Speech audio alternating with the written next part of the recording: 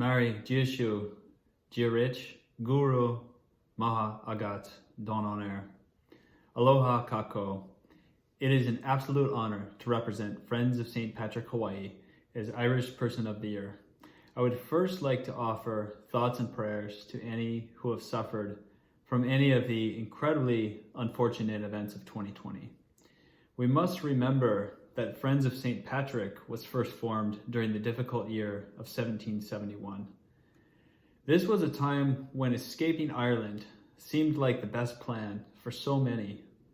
Despite native Irish making up 80% of the island's population, they owned only 1/3 of the land.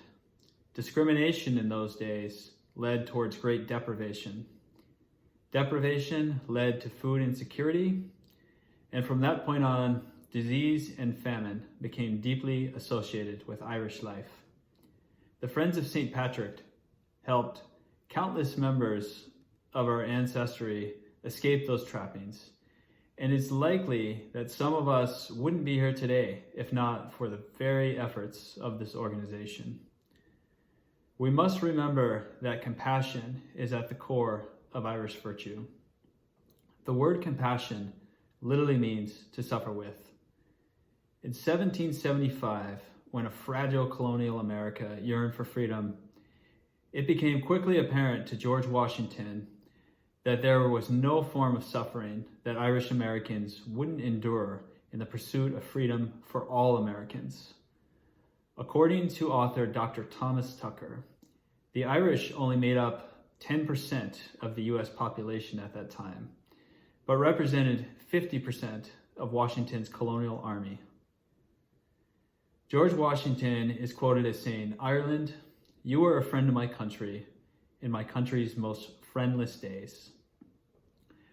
We must remember that as Irish, we once were a downtrodden, discriminated class of people in the United States. It is our duty to remember this and always extend a helping hand to any ethnic groups currently facing the same bigotry and stereotypes so familiar to our Irish families. 2020 brought many wonderful examples of how our past negative experiences can be used in a positive way to help other ethnic groups. In March of 2020, the Choctaw Nation posted a GoFundMe for a small goal of raising $10,000 in order to purchase water and other needed supplies for their families affected by COVID. Back in 1847, the Choctaw Nation had sent money and food to Ireland during the height of the devastating famine that was sweeping our Emerald Isle. 173 years after this act of kindness, it was time for the global Irish community to act in turn. Members of the Choctaw Nation were incredibly surprised to quickly see their GoFundMe campaign be overfunded by $2.5 million. This overfunding allowed the Choctaw Nation to create permanent drinking water installations and will undoubtedly save lives during any natural or health-related disasters that the Choctaw might face in the future. In September of 2020, the Irish national lacrosse team made headlines around the world for withdrawing from the Lacrosse World Games scheduled to take place in Alabama in 2022. Despite Native Americans inventing the game of lacrosse, the International World Game Association originally rejected the Iroquois Nation's claim to represent a sovereign nation. The Irish lacrosse team voluntarily dropped out of the tournament to give the Iroquois their place in the tournament. Ireland's team captain, Michael Kennedy, stated, "This is simply the right thing to do." Let us all remember that being Irish is more than an ethnicity. It is an identity and responsibility to carry forward the virtues of St. Patrick. As former Irish President Mary Robinson has stated, the global Irish diaspora is not a separation from Ireland, but an extension of Ireland in the values that make us all uniquely Irish. Former President Mary Robinson always kept a single candle burning during her years in office as a welcoming sign for all the children of Ireland to come home.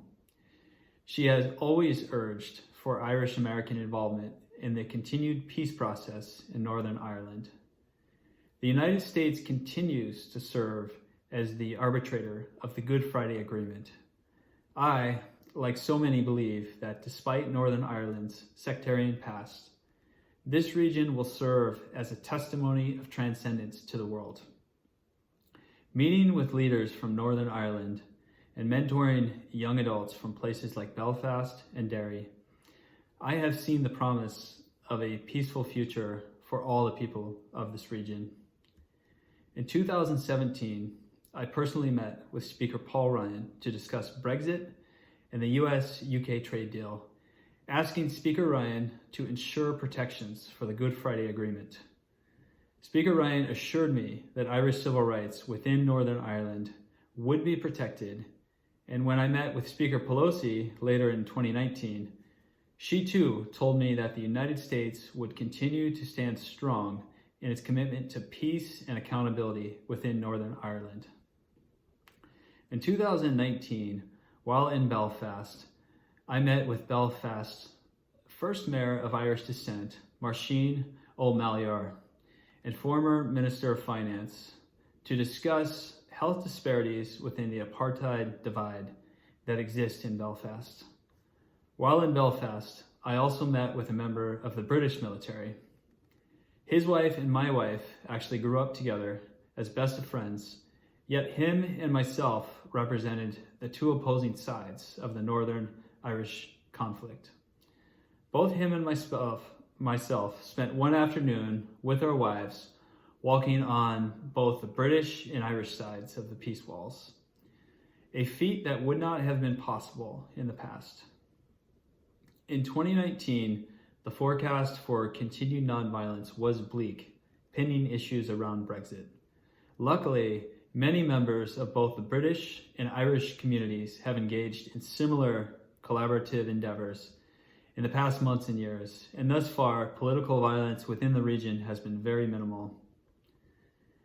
In 2020, I was asked to serve as a Belfast homecoming ambassador and continue to assist Belfast City Council in gaining support for a peaceful future from the diaspora. If anyone listening here today also wishes to join this effort, please contact me directly.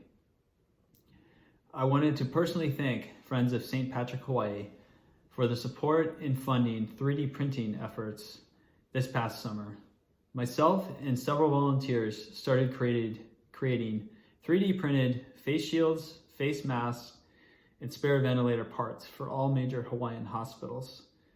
We used the funds to buy volunteer high school student supplies to help assist our mission. We soon started receiving emails from hospital facilities all across the United States and were able to send much needed supplies as far away as Manhattan, New York. In 2021, we must remember that there is no challenge too difficult for the global Irish diaspora. Collectively, the diaspora has always had a unique sense of humor, charity, and justice.